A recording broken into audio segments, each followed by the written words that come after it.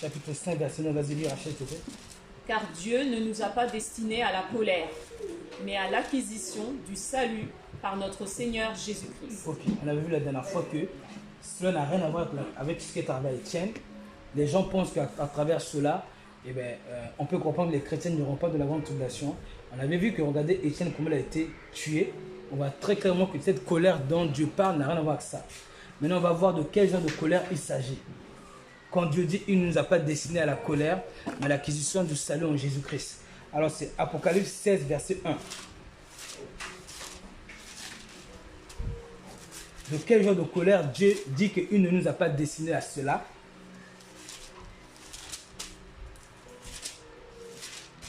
Apocalypse chapitre 16, Verset verset 1. 1. Et j'entendis une voix forte qui venait du temple et qui disait aux 7 anges, allez et versez sur la terre les 7 coupes de la colère de Dieu. Les voici. Voici les coups de la colère que Dieu dit, je ne vous ai pas destiné à cela. Vas-y, Rachel. Verset 2. Le premier alla et il versa sa coupe sur la terre. Et un ulcère malin et douloureux frappa les hommes qui avaient la marque de la bête et qui adoraient son image. Voilà. Tout à l'heure, on a vu que ceux qui ne vont pas adorer son image vont être tués. D'accord. On avait vu ce qu'on a dit dans Apocalypse 13, 5. Elle fit que tous ceux qui n'adorent pas l'image de la bête fussent tués. Ok. Ici, maintenant, qu'est-ce que Dieu fait? Dieu déverse sa colère sur qui? Ceux qui ont adoré son image. Vous vous rappelez de cette... on appelle ça cette... tout à l'heure, on a dit, on a dit qu'on est enfermé dans une boîte. C'est un labyrinthe, voilà, c'est ça. On voit ici que ceux qui ont adoré son image, Dieu leur a déversé quoi? Sa colère. Voici la colère dont Dieu dit, je ne vous ai pas destiné à cette colère. D'accord. Mais regardez. Regardez. Qu'est-ce qui a fait que ces hommes-là puissent recevoir la colère de Dieu sur eux? Parce qu'ils avaient la marque de la bête. Donc, en d'autres termes, quand Dieu dit, je ne vous ai pas destiné à la colère, cela rentre en lien directement avec nos œuvres. C'est nos œuvres qui peuvent nous emmener à sortir de la colère de Dieu. Si nous décidons de prendre la marque de la bête, même si Dieu dit, je ne vous ai pas destiné à la colère, on va aller dans cette colère. Parce qu'on a pris la marque de la bête. Ok. Donc, c'était pour montrer là juste que voici ce que Dieu appelle la colère de Dieu à laquelle il ne nous a pas destiné. Alors, Apocalypse 14, versets 10 et 11, s'il te plaît.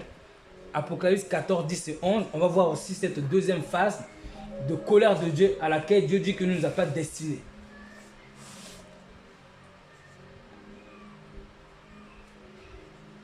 Ok. Apocalypse 14, 10. 14, 10.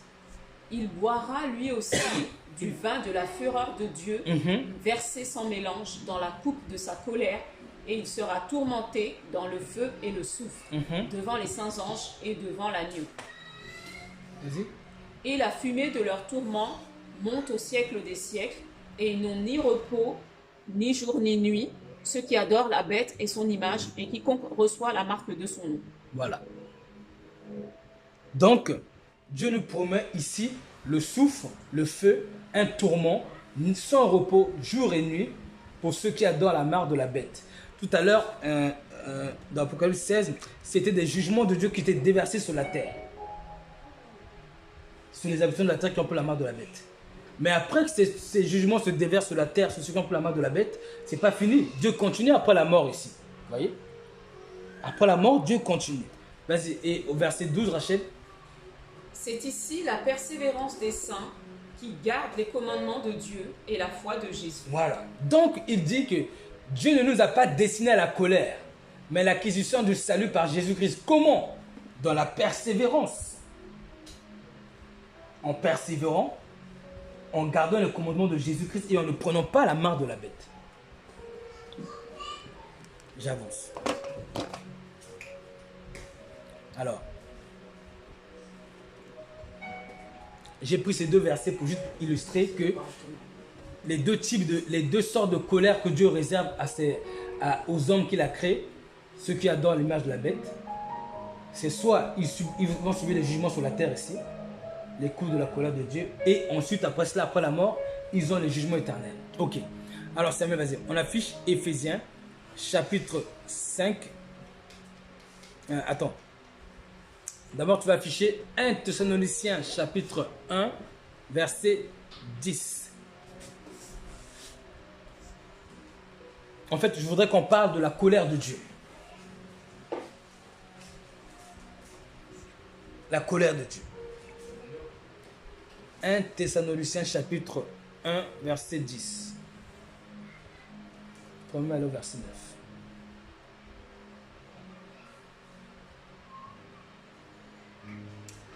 1 Thessaloniciens, chapitre 9. Alors, Chapitre 1, verset 9. Verset 9, vas-y, 10.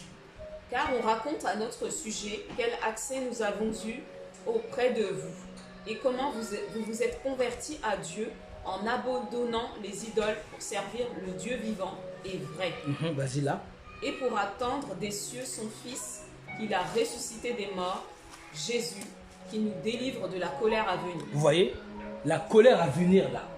N'est-ce pas ce qu'on a vu dans Apocalypse 14, 14, 10 et 11 et dans Apocalypse 16. C'est cette colère-là.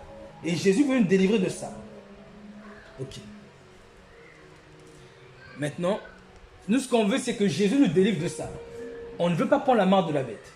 Le problème, c'est que la marque de la bête, ce n'est pas seulement cette soi-disant piste, si c'est le cas, qui va, où les gens vont prendre. La marque de la bête est déjà dans nos cœurs, en réalité. Et nous voulons justement attaquer cette marque de la bête qui est inscrite dans nos cœurs. Alors, Éphésiens 5 Samuel, à partir du verset. Éphésiens 5, à partir du verset 5, vas-y.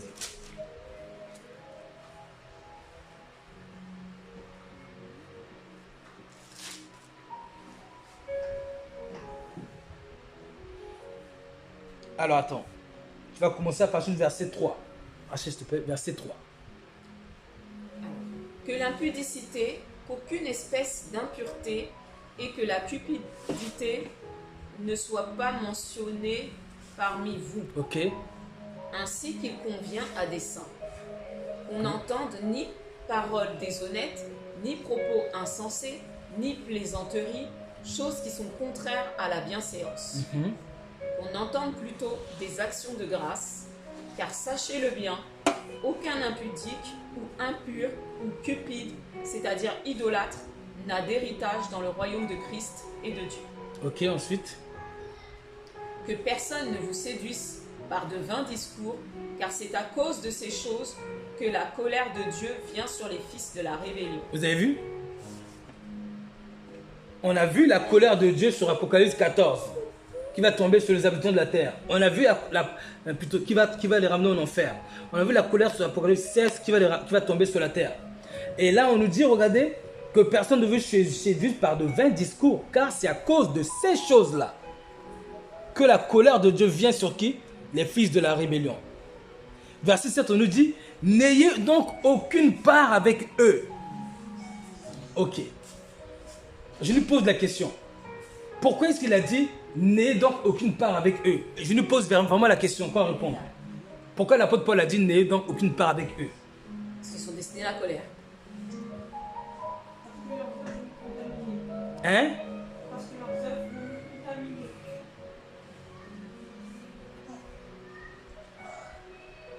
Pasteur, oui. Vas-y. Pourquoi est-ce qu'il a dit n'ayez donc aucune part avec eux?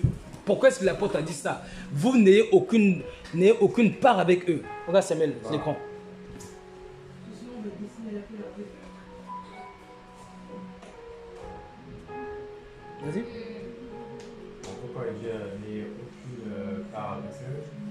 Comme ce que l'apôtre Paul dit, en fait, celui qui se lie à la prostituée, il y a un seul part avec elle, en fait. En oubliant, en fait, même d'une petite partie, en fait, avec les personnes qui pratiquent ces œuvres-là, automatiquement, en fait, nous allons passer sous le jugement de Dieu. C'est comme aussi quand on parle avec Nathan, ce qui s'est passé. C'est-à-dire le fait qu'il y avait le jugement de Dieu sur lui, et que même lui n'avait rien fait, il a subi aussi le jugement de Dieu, en fait. On va dire, en fait, comme c'est la colère de Dieu aussi qui fait pendant les temps de la fin, il faut faire attention aussi à qui aussi on fréquente, à nos mauvaises compagnies, parce qu'on peut subir aussi ce jugement, en fait, même qui pourrait ne pas nous concerner, en fait. C'est ça. Et je me souviens que j'étais parti dans une assemblée et j'ai vu un homme de Dieu et je lui ai parlé, il n'y a pas longtemps, une assemblée qui est ici à Creil. J'ai dit un homme de Dieu, j'ai dit qu'il y a un jugement sur les hommes de Dieu. J'ai dit, toi, le Seigneur me dit, écarte-toi de eux, de peur que le jugement qui va tomber sur eux tombe sur toi. Le frère ne s'est pas écarté de eux, le jugement s'est tombé sur eux et tombé aussi sur lui. Parce qu'il est resté avec eux. Donc,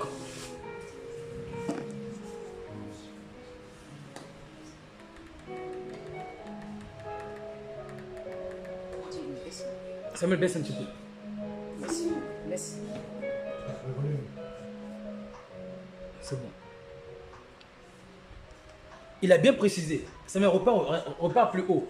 Attends, il dit, sachez bien qu'aucun impudique ou impur ou cupide n'a d'héritage, c'est-à-dire idolâtre, n'a d'héritage de le royaume de Dieu, que personne ne vous séduise par de vains discours. Car c'est à cause de ces choses, regardez, ces choses-là. Nous, on va voir les choses-là, c'est quoi? C'est à cause de ces choses que la colère de Dieu viendra sur eux. On est d'accord que eux, ils ont pris la marque de la bête. Ils vont attirer sur eux quoi? La colère de Dieu d'Apocalypse 16, d'accord? Mais ici, la Bible dit aussi à cause de ces choses, la colère de Dieu viendra sur eux. Donc, c'est quoi la marque de la bête au final? Ces choses sont le reflet de la marque de la bête. Ces choses-là. Donc, c'est à nous. Mon objectif à moi d'aujourd'hui, c'est que c'est à nous maintenant de nous examiner pour voir si ces choses ne sont pas en nous. Si elles sont en nous, la Bible a donné une promesse. Que personne ne vous séduise par de faux discours, car à cause de ces choses-là, la colère de Dieu vient sur les fils de la rébellion. Pas parce que Dieu les aime pas, non, c'est à cause de ces choses.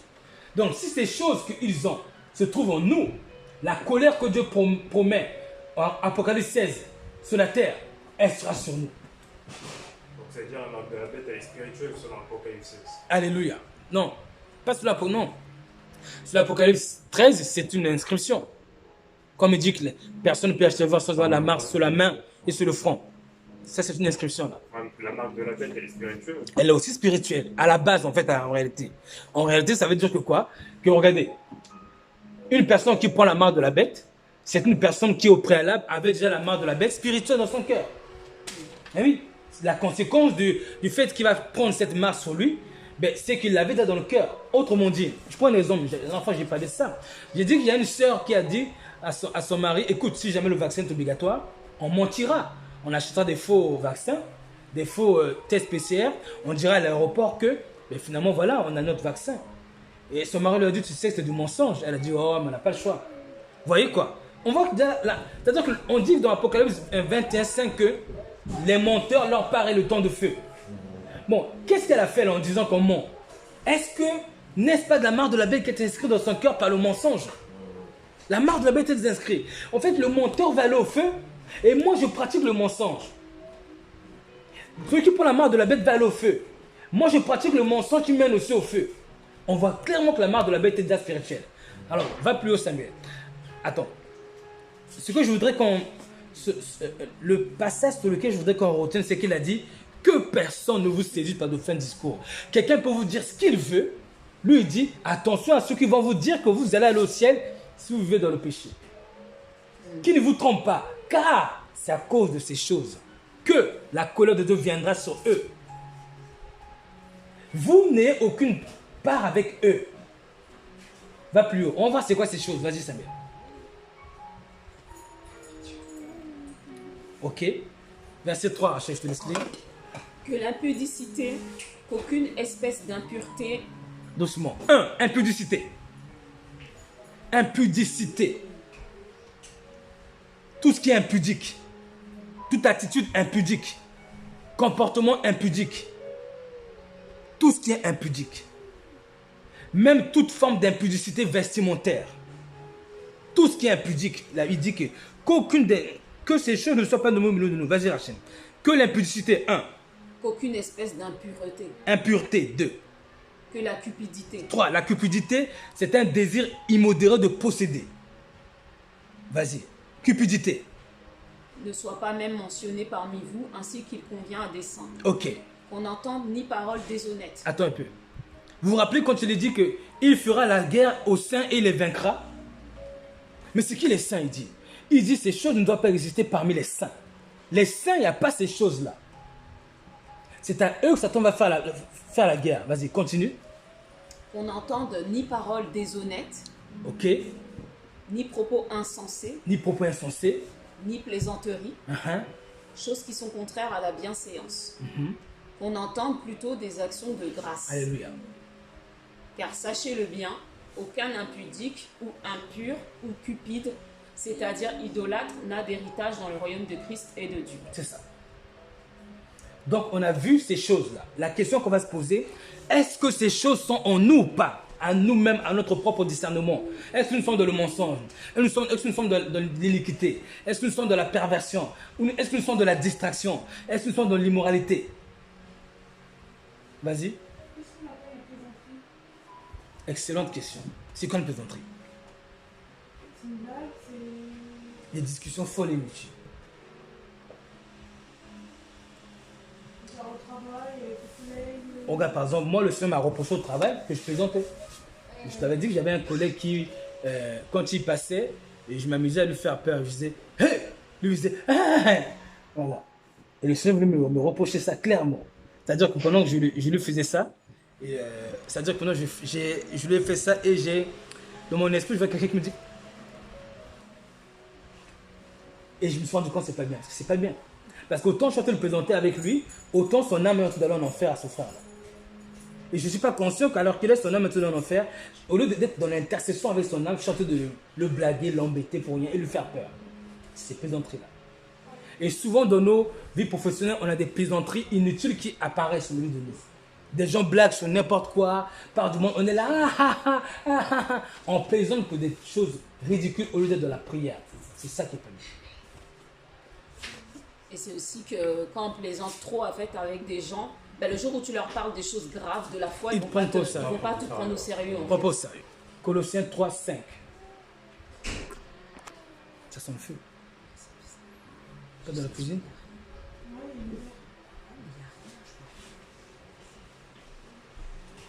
C'est un barbecue.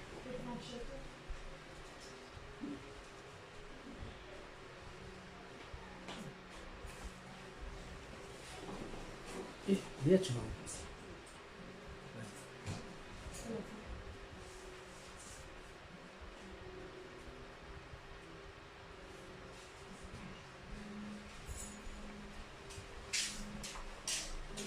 Alors, là un peu plus haut, Samuel. Ok. Vas-y, descends plus bas. Ok, on est dans Colossiens 3, verset 5. Vas-y, Rachel. Faites donc mourir les membres qui sont sur la terre. Alors, attends. Il a dit, faites donc mourir. Qui doit faire mourir ici? C'est Dieu ou c'est nous? C'est nous. C'est nous. C'est pas Dieu qui doit faire mourir nos membres. C'est nous.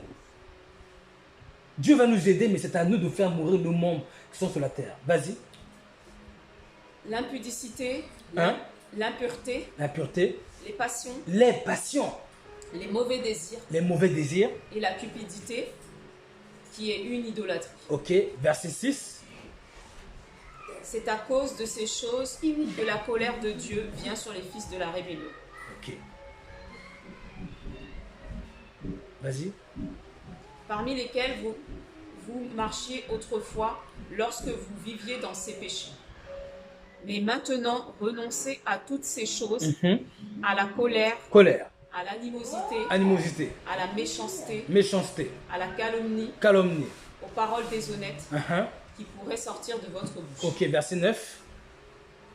Ne mentez pas les uns aux autres, vous étant dépouillés du vieil homme et de ses œuvres. Ok, vas-y, on remonte plus haut, Samuel. Donc, tout ce qu'il a cité là sont les œuvres du vieil homme, d'accord? Mais ces œuvres-là, si on ne les fait pas mourir, comme il a dit ici, elles vont attirer sur nous, verset 6, c'est à cause de ces choses, elles vont attirer sur nous la colère de Dieu. La colère de Dieu qui ira sur les païens viendra sur nous. Cette lettre est dédiée aux chrétiens. Donc, vous voyez, sans avoir à prendre la marque de la bête physique qui viendra à la fin, si on a ces choses-là, on aura le même traitement que ceux qui vont prendre la marque de la bête. Donc, voici la marque de la bête spirituelle.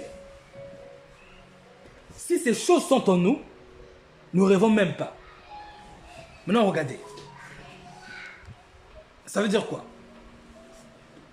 Je lis le verset. C'est Jean 3, verset 36. Ne mets pas ces mails.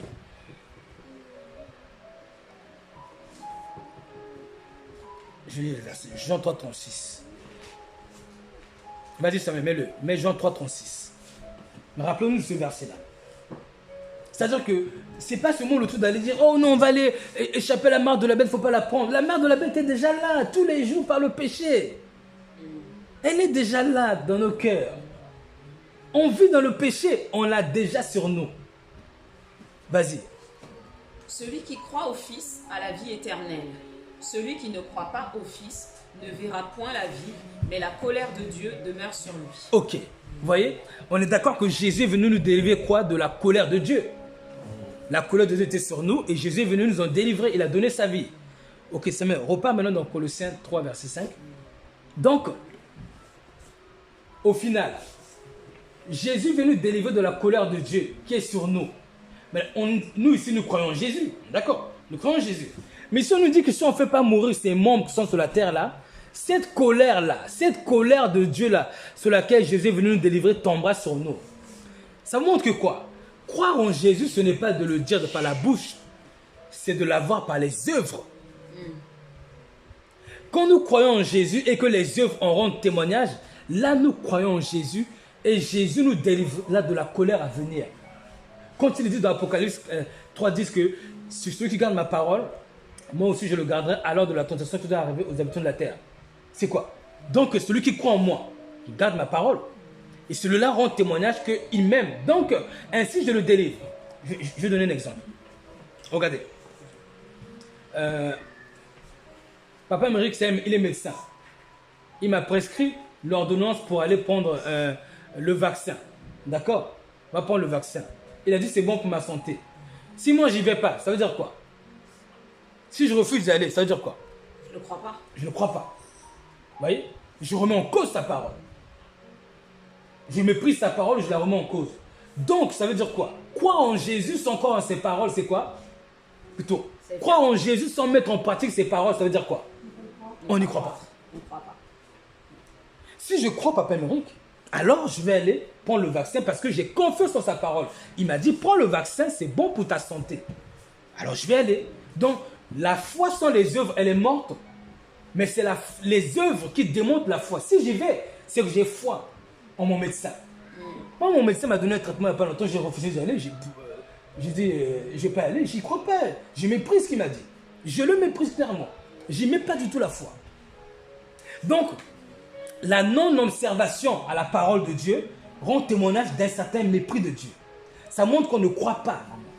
Je précise qu'il y en a certains. Dieu leur a dit par exemple de pardonner. Ils savent qu'ils doivent pardonner, mais ils n'y arrivent pas. Pas pareil, d'accord? Ils savent qu'ils doivent le faire, mais ils n'y arrivent pas. Mais si Dieu m'a dit par exemple un exemple. Si Dieu m'a dit de faire une action biblique que je peux faire, je suis capable de le faire, et je refuse de le faire, ça rend témoignage que quoi? Je ne prête pas foi aux paroles de celui qui m'a dit de le faire. Aujourd'hui, les Africains courent vers les marabouts, et quand leur marabout leur donne des choses à faire, ils le font, n'est-ce pas? Parce qu'ils y croient. Mais nous, si on ne fait pas ce que Dieu nous a dit, est-ce qu'on y croit? Est-ce qu'on y croit réellement? Dieu a dit ici, faites mourir les passions, les mauvais désirs, les impudicités, les cupidités. Si je ne me lève pas pour les faire mourir, je ne suis pas dans la foi en Christ. Je ne suis pas dans la foi. Donc, Colossiens 3, 9, ça me va au verset... C'est dans Colossiens? Va au verset 9. Le petit mensonge que je fais tous les jours peut m'amener loin de Dieu. Loin de Dieu. Ne mentez pas les uns les autres. Le petit mensonge que je fais tous les jours peut m'amener loin de Dieu. Vas-y. Alors.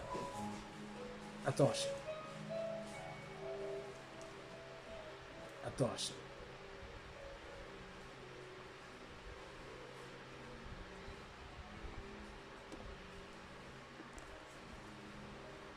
La main de la bête, voilà. Et on ne voit pas le reste qui peut nous ramener de la colère de Dieu. Ok. Je te laisse lire, Rachel, vas-y. Si quelqu'un vient à moi et s'il ne hait pas son père, sa mère, sa femme, ses enfants, ses frères et ses sœurs, et même sa propre vie, il ne peut être mon disciple. Ok. Maintenant, qu'est-ce qui se passe si quelqu'un n'est pas disciple du Seigneur? Il va leur arriver quoi à la fin? La colère de Dieu. Colère de Dieu. Donc, ça veut dire que quoi? Jésus te de dire quoi? Si quelqu'un vient à moi, il ne hait pas son père, sa mère, ses enfants, ses frères, ses sœurs, et même sa propre vie, il ne peut être mon disciple. Ça veut dire quoi? Attire sur lui la colère de Dieu. Il demeure dans une atmosphère de colère de Dieu. Est-ce que ce n'est pas ce qui est écrit? Parce que autant celui qui va prendre la marque de la bête va attirer celui des jugements. Jésus dit que si je ne vis pas pour lui, je vis pour moi-même, je ne renonce pas à ma propre vie, je suis sous la colère de Dieu, bien que croyant en Jésus. Samuel, verset 27, vas-y Rachel. Et quiconque ne porte pas sa croix et ne me suit pas ne peut être mon disciple. Alors, ça veut dire quoi ça aussi? Est-ce que si je ne porte pas ma croix, je ne suis pas Jésus, est-ce que je n'attire pas sur moi la colère de Dieu? Est-ce que cette œuvre-là ne rend pas témoignage que la colère de Dieu est sur moi? Et comment Jésus me délivre de cette colère? Par la repentance. Je vais laisser Rachel. Samuel, descend verset 33.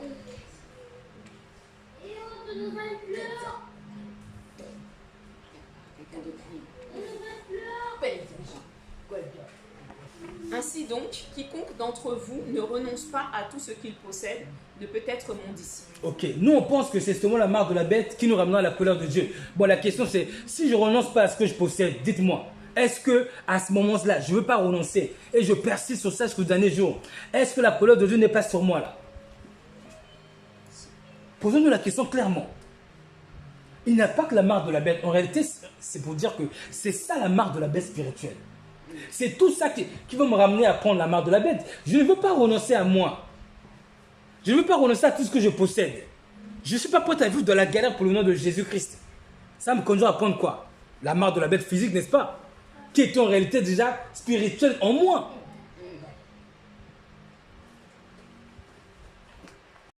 C'est tout ce que je ne fais pas pour la volonté de Dieu. C'est une marque de la bête. Quand Jésus a dit que ceux qui me disent Seigneur, Seigneur n'entreront pas tous, mais c'est ceux-là même qui font la volonté de mon Père qui est dans les cieux. Mais si je ne fais pas la volonté de Dieu, est-ce que je ne suis pas en train de spirituellement manifester que la marque de la bête est déjà inscrite dans mon cœur? Puisque faire la volonté de Dieu, c'est ne pas prendre la marque de la bête physique. Mais moi, j'ai l'habitude de ne pas faire la volonté de Dieu au quotidien. L'obéissance, l'humilité, la sagesse, la maîtrise de soi, l'humilité, hein, l'humilité devant toute forme d'autorité. Je n'ai pas l'habitude de faire ça, de faire la volonté de Dieu.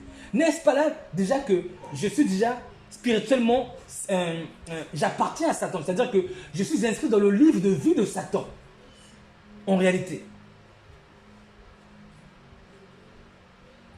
Ceux qui vont prendre la marque de la bête n'auront pas fait la volonté de Dieu, n'est-ce pas? Mais Jésus ici dit, quand il dit, celui qui ne fait pas la volonté de mon Père que de les cieux. Mais la volonté de mon Père que de les cieux, c'est tout ce qu'il faut faire pour l'évangile. Donc, quiconque ne renonce pas à tout ce qu'il possède, il ne peut être mon disciple. Je ne veux pas renoncer à ce que je possède pour la gloire de Dieu. Jésus m'a disqualifié. En réalité, Jésus annonce un jugement chaque fois qu'il dit ça. Quand Jésus dit ne peut être mon disciple, c'est un jugement.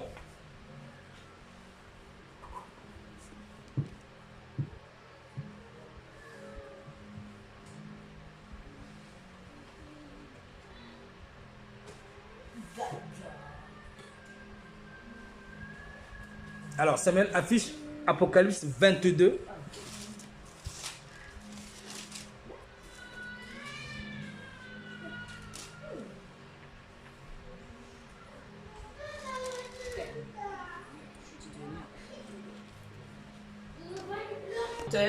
Leur part sera dans l'étang ardent de feu et de soufre, ce qui est la seconde mort. Tu peux répéter encore, s'il te plaît, Rachel? 21:8, vas-y. Mais pour les lâches, les incrédules, les abominables, les meurtriers, les impudiques, les enchanteurs, les idolâtres, et tous les menteurs, leur part sera dans l'étang ardent de feu et de soufre, ce qui est la seconde mort. Ok, alors rappelez-vous de Apocalypse 14, 10 à 11 qui disait, si quelqu'un adore la bête, prend son image, il boira lui aussi du vin de la colère de Dieu, versé sans mélange, il sera tourmenté jour et nuit devant les saints anges. On est d'accord? Est-ce que c'est la seconde mort, oui ou non? C'est la seconde mort, on est d'accord? Et qu'est-ce que Dieu avait reproché à ces gens? Dieu avait dit, si quelqu'un adore la bête, prend son image. Donc adorer la bête là concrètement commence quand? Ici ce qu'il dit. Il dit mais les lâches. Donc un lâche, c'est-à-dire quelqu'un qui n'est pas prêt à accepter les tribulations que Dieu lui donne dans la fin du temps, est lâche. Un incrédule qui ne croit pas à ce que la Bible a dit, de sorte qu'il ne la met pas en pratique. Un abominable, un meurtrier, un impudique, un chanteur ou idolâtre, ou tous les menteurs. Jésus dit quoi? Là, sa part, c'est la seconde mort. Donc la marque de la bête finalement n'est pas seulement cette soi-disant puce, si toutefois c'est ça, n'est pas soi-disant que ça. C'est déjà mon attitude de tous les jours.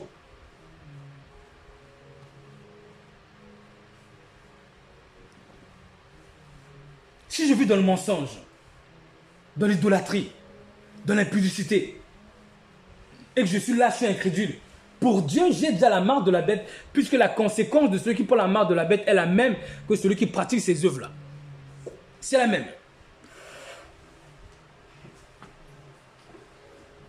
C'est pour ça qu'il faut qu'on sache que, ce qui fait que, regardez, automatiquement, ceux qui sont lâches, incrédules, abominables, meurtriers, vont aller prendre cette marque physique maintenant, qui sera inscrite sur leur front et sur leurs mains. Parce qu'ils l'ont déjà dans le cœur, la marque.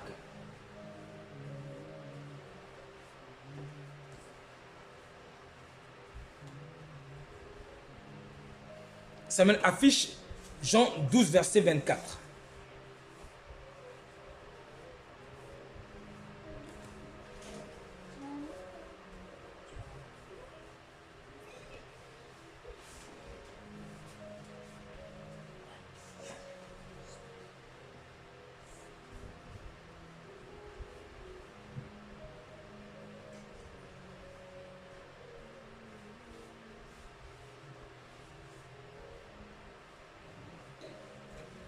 Ok, vas-y Rachel, alors.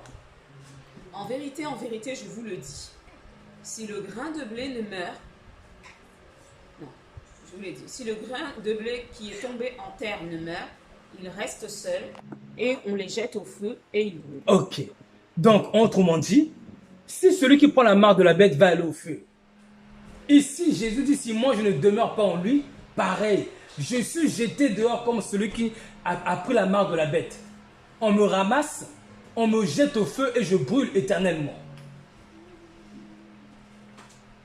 La marque de la bête est tous les jours dans les mauvaises œuvres du diable, dans les œuvres de la chair. C'est la marque de la bête. Donc, maintenant, regardez. Soyons honnêtes et francs. Alors, Béatrice, je te prends comme exemple. Béatrice, si tu vis dans le mensonge, tu refuses de renoncer au mensonge, tu mens à tes parents tous les jours, d'accord? Et tu sais que les menteurs n'hériteront pas. C'est une marque de la bête, d'accord? Ok. Et tu espères pouvoir ne pas prendre la marque de la bête qui va arriver à la fin, alors que là, la marque de la bête ici, là, tu l'as tous les jours. Tu n'es pas capable de renoncer. Est-ce qu'il n'y a pas un problème? Nous sommes là tous à croire que nous n'allons pas prendre la marque de la bête. On ne va pas la prendre. Mais non, la marque de la bête est déjà là. Elle me dit de ne pas mentir, moi je mens. Elle me dit de ne pas voler, je vole. Elle me dit de ne pas me pratiquer de l'orgueil, moi je pratique de l'orgueil. Elle me dit de ne pas être impur, impudique, moi je le suis. Elle me dit d'aimer mon prochain, moi je n'aime pas mon prochain. Elle me dit évite l'indifférence. Elle te dit prends soin de l'autre, moi je ne le fais pas. Comment je vais faire pour y arriver? En fait, il faut qu'on soit honnête en fait. Moi je... Vas-y. On sert le diable. Alors, on n'a pas été capable de renoncer à la marque de la bête spirituelle. Vous pensez que c'est la marque de la bête physique qu'on va refuser de prendre si jamais on menace nos enfants de les tuer? Vas-y, Kevin. Est-ce qu'on peut... Moi, je pourrais dire ça.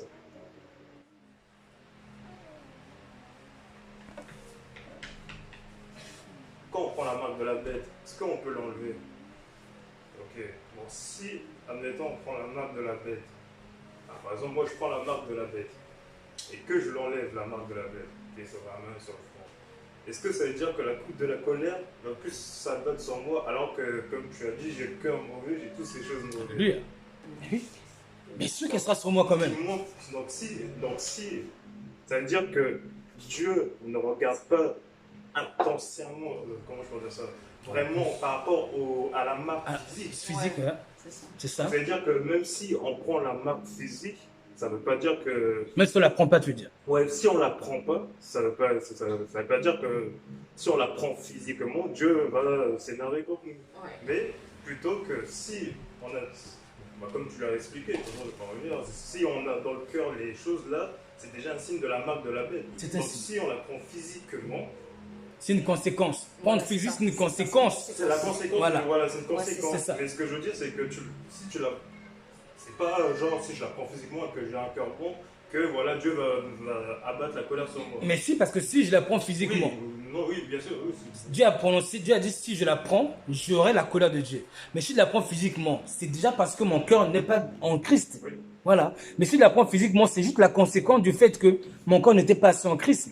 Et si je suis un consacré en Christ, alors j'aurai l'onction pour renoncer à moi, pour supporter l'affliction des jugements de la fin, me faire tuer par la bête pour ne pas la prendre. Mais par contre, si je me dis que non, mais finalement, je vais pas la prendre, mais je vis dans l'immoralité, dans le mensonge, dans la rébellion, tous les jours. Je ne m'évertue pas à vouloir garder la parole de tout mon cœur. Il se trouve en moi encore des œuvres mortes. Et je m'attelle de vivre la vie chrétienne avec des mauvaises œuvres que Dieu m'a donné le pouvoir de m'en dépouiller. Mais je ne m'en dépouille pas parce que je suis de la négligence, je suis dans l'idolâtrie. J'ai la marque de la bête déjà. Je l'ai déjà.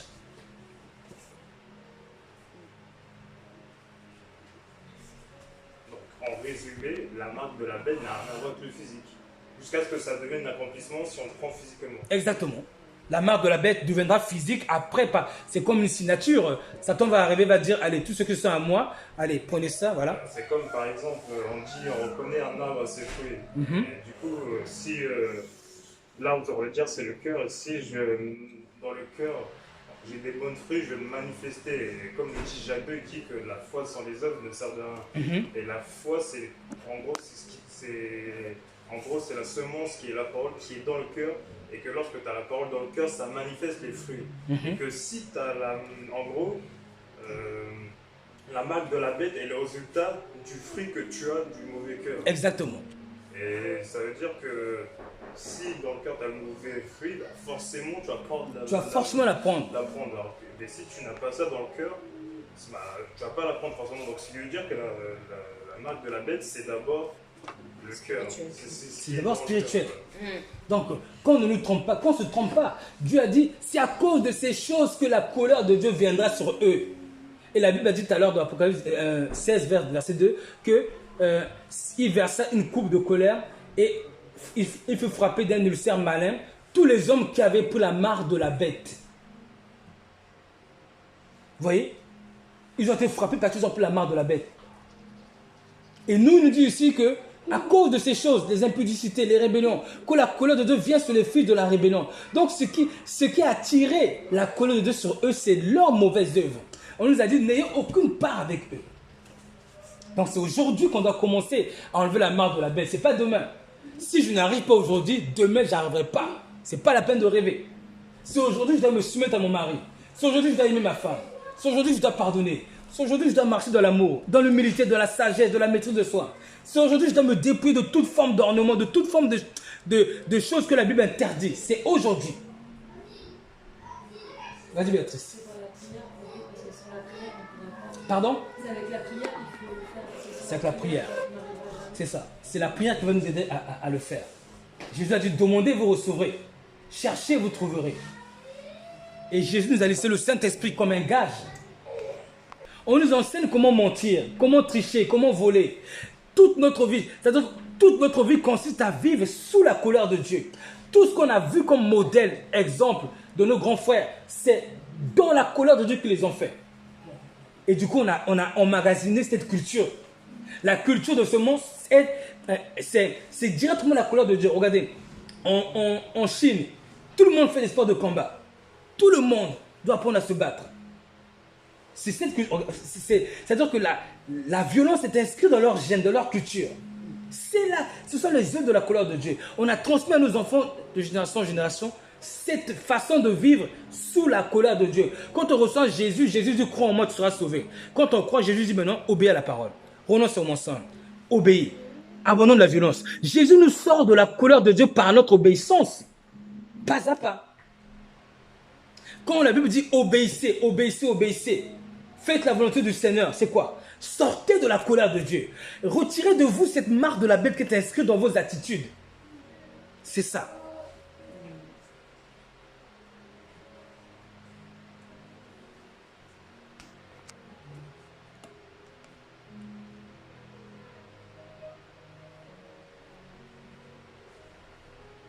Donc, si je comprends bien, la marque de la bête spirituelle, on est en mesure de se remettre à Dieu.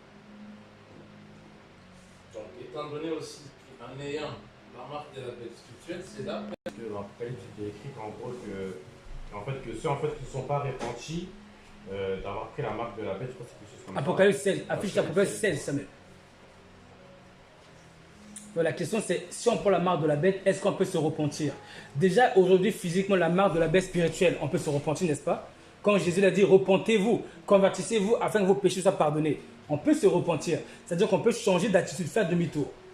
Moi, ce que je dirais aussi, c'est que ce que dit Apocalypse 14, 9 par rapport à la marque de la bête, c'est pas à partir d'Apocalypse qu'ils ont commencé à parler de ça, mais ils ont parlé de ça déjà bien avant. Et ça, par rapport à l'enseignement de Jésus-Christ, l'ordre de la bière. Ok. Passez le verset 1, vas-y. Apocalypse 16, verset 1. Vas-y. Lis, Rachel, s'il te plaît. Et j'entendis une voix forte qui venait du temple. Attends, on attend que le frère trouve le verset. Ah. Ok, vas-y. Et j'entendis une voix forte qui venait du temple et qui disait aux 7 anges, allez et versez sur la terre les 7 coupes de la colère de Dieu. Vas-y, continue. Le premier alla et il versa sa coupe sur la terre. Et un ulcère malin et douloureux frappa les hommes qui avaient la marque de la bête et qui adoraient son image. Là, c'est physique. Là, c'est la marque de la bête physique. D'accord. Vas-y, continue. Le second versa sa coupe dans la mer et elle devint du sang, Ok. comme celui d'un mort, et tout être vivant mourut, tout ce qui était dans la mer. Le troisième versa sa coupe dans les fleuves et dans les sources d'eau, et ils devinrent du sang. Ok. Et j'entendis l'ange des eaux qui disait, tu es juste, toi qui étais, tu es saint, parce que tu as exercé ce jugement. Vas-y, continue. Car ils ont versé le sang des saints Le et sang, des ça me- prophètes. Et tu leur as donné du sang à boire, ils en sont dignes. Descends. Et j'entendis l'autel qui disait, oui Seigneur Dieu Tout-Puissant, tes jugements sont véritables et justes. À partir de là, papa, à partir de là. Le quatrième versa sa coupe sur le soleil, et il lui fit donner de brûler les hommes par le feu. Et les hommes furent brûlés par une grande chaleur, et ils blasphémèrent le nom de Dieu qui a l'autorité sur ces fléaux, et ils ne se repentirent pas pour lui donner gloire. C'est là la question. Ils ne se sont pas repentis. Comme si Dieu attend de eux qui se repentent. Dieu attend qu'ils se repentent, mais eux ne se sont pas repentis. Donc, ça veut dire que les hommes peuvent se repentir de ce qui leur arrive. Ils peuvent se repentir de tous les jugements qui leur arrivent. Ils peuvent même se repentir de la marque de la bête. Si les hommes ne pouvaient pas se repentir, Dieu n'aurait jamais dit « et ils ne se repentirent pas ». Quelqu'un à qui on dit que pourquoi tu ne t'es pas repenti? C'est qu'il peut se repentir.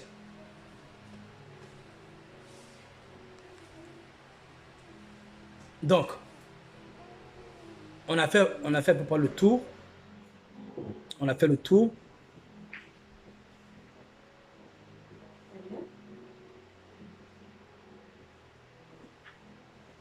Ok, on passe ce verset-là pour voir. Galates 5, verset 24. On va se rendre compte que finalement, la marque de la bête n'est pas aussi, la marque de la bête spirituelle n'est pas aussi difficile à s'en dépouiller. C'est pas aussi facile, plutôt je veux dire. C'est pas aussi facile. Vas-y Rachel. Ceux qui sont à Jésus-Christ ont crucifié la chair avec ses passions et ses désirs. Ok. Maman Béatrice, toi tu n'as pas crucifié tes chairs, tes passions, tes désirs. Selon ce verset, est-ce que tu appartiens à Jésus? Non. Donc, la chair et les passions là reflètent la marque de la bête qui est dans le cœur. Donc, je sais que j'appartiens à Jésus, je n'ai plus de marque de la bête spirituelle quand j'ai crucifié ma chair, mes passions et ses désirs. Quand je marche pleinement par l'esprit. Donc, vous voyez bien que ce n'est pas aussi facile de se dépouiller de la marque de la bête spirituelle attachée à nos cœurs dans les cultures du monde que le monde nous a mis. Donc, puisque je ne suis pas à Jésus, autrement dit, les fléaux qu'on a vus dans Apocalypse 16:1 vont tomber sur moi. Le fléau qu'on voit dans Apocalypse 14:10-11, la seconde mort, va tomber sur moi. Je n'appartiens pas à Jésus, j'appartiens à Satan. Donc, toute la vie chrétienne consiste à prier, prier pour renoncer à nous, prier pour que la marque spirituelle de la bête soit tuée en nous. Vomir tous les mauvais œuvres que nous avons, renoncer à nous. Comme la Bible dit que le royaume de Dieu est forcé, ce sont des violents qui s'en emparent. Il faut qu'on soit violent. Violent. C'est un effort de tous les jours. Donc c'est aujourd'hui en réalité qu'il faut se dépouiller de la marque de la bête. Ce n'est pas demain. La coopération c'est aujourd'hui. Voici pourquoi Jésus disait que si vous êtes fidèle dans les petites choses, vous le serez dans les grandes choses. Vous voyez? Mais si je suis infidèle dans les petites choses, je ne pourrai jamais l'être pendant la grande tribulation. On a compris, on a vu que cette marque de la bête, c'est dès aujourd'hui qu'il faut s'en débarrasser. Dès aujourd'hui. En renonçant à nous jour après jour. Oui, je sais que j'ai beaucoup d'orgueil. Oui, j'ai beaucoup de fierté. Oui, mais je dois me faire violence et m'incliner devant toute autorité. Les grands frères, tout le monde. Je dois le faire. Je dois être poli. La Bible dit par exemple, tu te lèveras devant le cheveu blanc. Tu honoreras la personne du vieillard. Vous voyez? Bon, moi je n'honore pas le vieillard. Je ne me lève pas devant le cheveu blanc. Est-ce que ce n'est pas une marque de la bête spirituelle qui est inscrite dans mon cœur là? Qu'est-ce que Christ il a fait lui? Christ a honoré même les hommes qu'il a créés.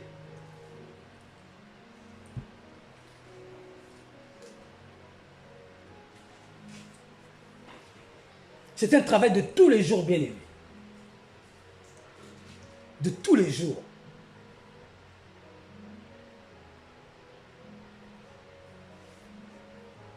La Bible dit dans 1 Pierre 3:3 dit que femmes soyez soumises à vos maris afin que si quelques-uns n'obéissent pas, qu'ils soient gagnés sans parole par la conduite de leurs femmes, étant chastes et réservés. Bon, je suis une femme, je ne suis pas chaste. Je ne suis pas réservé. Je fais que parler. Est-ce que je n'ai pas une marque de la bête spirituelle dans mon cœur là? Je l'ai. Et je dois m'en dépouiller pour ressembler parfaitement à Jésus. Je m'arrête là. Il y a beaucoup de choses à voir encore. Et là, ce que j'ai fait, j'ai pris 4 messages. C'est 4 messages que j'ai essayé de rassembler. Mais il y a beaucoup de choses que j'ai mis de côté. À nous de faire le travail. Jésus a dit, demandez, vous recevrez. Cherchez, vous trouverez. Qu'est-ce qu'on va chercher? Je vais chercher à ôter de mon cœur la marque de la bête pour inscrire dans mon cœur l'odeur du Christ dans toutes mes habitudes. C'est ça que je vais chercher à faire. Tous les jours, dans la prière. Et si jamais il se trouve que j'ai fauté, j'ai par exemple été méchant envers mon épouse, je dois me repentir tout de suite. Tout de suite. S'il se trouve que je m'adresse mal à mon épouse, à moi d'aller m'excuser. Aller s'excuser, se repentir, c'est la preuve que la marque de Christ est en train de me propulser, n'est-ce pas? Ça montre que je suis conscient que j'ai fauté, comme a dit papa, je me repens. Je me repens. Je veux dire pardon, ça montre à Dieu que je n'aime pas ce que je fais. Mais si je manque de respect à ma femme, et je ne veux pas dire pardon ni à Dieu ni à ma femme, et demain je recommence. Non, là je montre à Dieu que je suis indifférent, que j'aime la marque spirituelle de la bête dans ma vie. Je l'aime. C'est un travail de tous les jours. De tous les jours.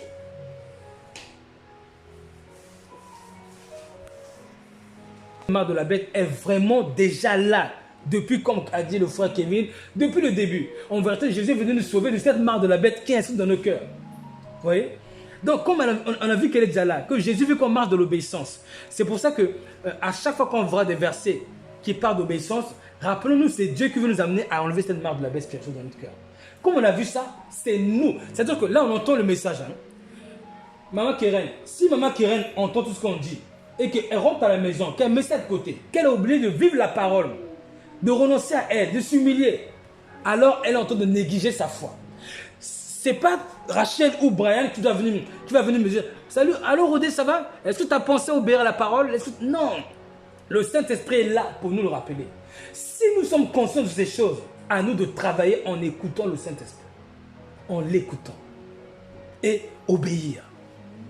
Le travail de la sanctification de l'élection, c'est à chacun de faire, c'est à chacun de nous de le faire, à chacun de nous.